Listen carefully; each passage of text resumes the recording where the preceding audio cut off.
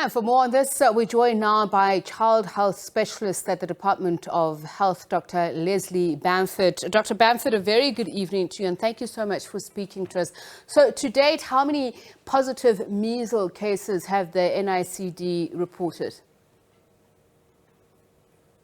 So good evening and good evening to the viewers.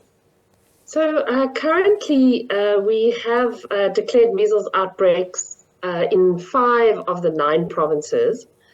And the most recent figures show that we've had just over 537 confirmed cases in those 5 provinces since the onset of the outbreaks at the beginning of October last year. And what is the genesis of the outbreak? Because I'm just trying to understand if the outbreak was transmitted from one province to another, or did you have separate cases in these provinces?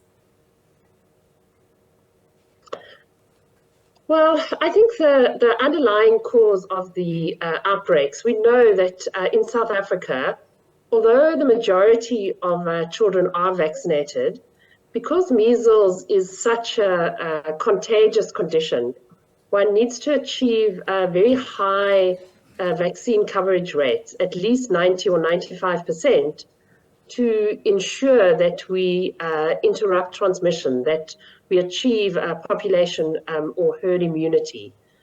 So we know that we do not achieve those very high coverage rates. So over a period of a few years, maybe 5 or so years, we do have a buildup of susceptible people in the population.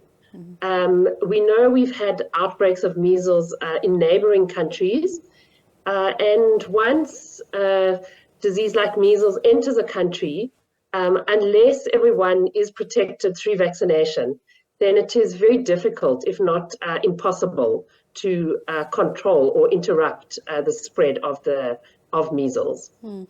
So just in terms of the geographical distribution of the outbreak, has it been, localized, or has travel impacted on the spread? As you say, it's highly infectious.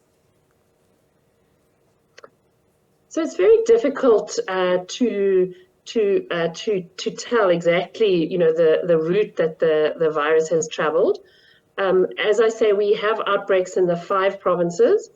The outbreaks tend to be concentrated in particular areas in the provinces, but not a single area. So there is a relatively widespread, the cases are reasonably widespread, but with some concentration in particular areas.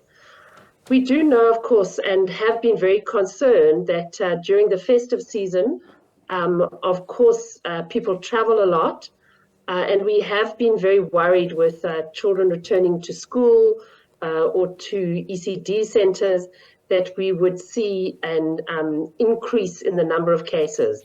That is a pattern that we have seen in previous outbreaks with a spike in the number of cases following children returning to school. And I see here, according to the NICD, that a considerable proportion of the cases were reported among the ages 1 to 4. You're speaking about susceptibility earlier on. So in terms of the breakdown, are children more likely or susceptible to get measles, and the younger they are, the greater the susceptibility? So measles is a condition that we traditionally associate with young children. In these outbreaks, we have seen the largest number of cases in slightly older children, the 5 to 9 year age group, as well as in children 10 to 15 years.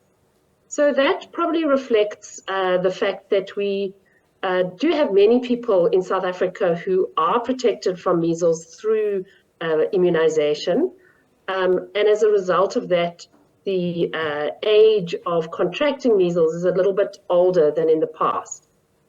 However, Our greatest concern does remain the very young children, the children 1 to 4 years or even less than 1, because those are the children who are most at risk of developing complicated measles.